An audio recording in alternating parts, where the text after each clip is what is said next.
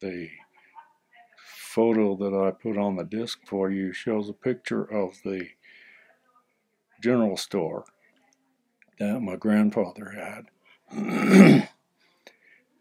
with a gaggle of his family in front of it. He, my grandmother, a bunch of their kids.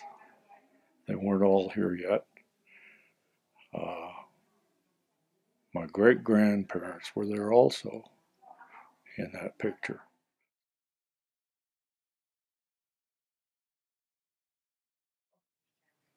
It's been a long time. I played a little junior varsity basketball, was in a couple of the school plays.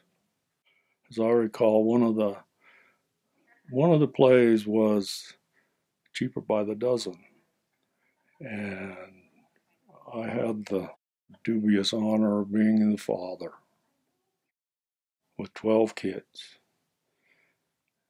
and a wife, God bless her.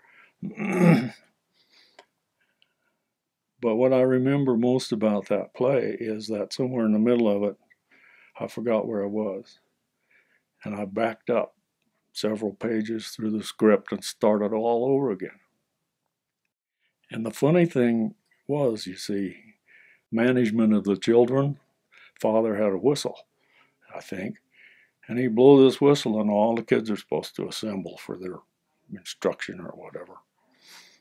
Well, we'd gone through that part already. And so all the people who were playing the parts of the kids were off in the back in the cafeteria messing around, doing what teenagers do, whatever that is. And I blew the whistle, and there was absolute and total panic because what? We're not supposed to be out there yet.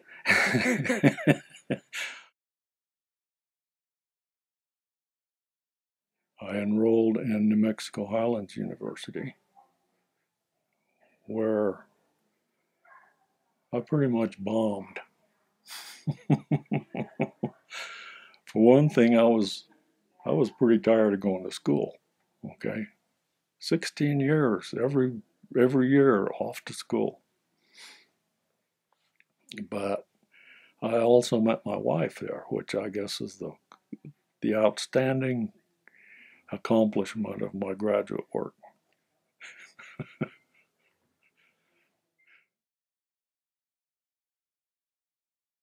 When I left Highlands, I managed to get hired at White Sands Missile Range. I was at White Sands for 6 years, and I went to work for the Federal Aviation Administration.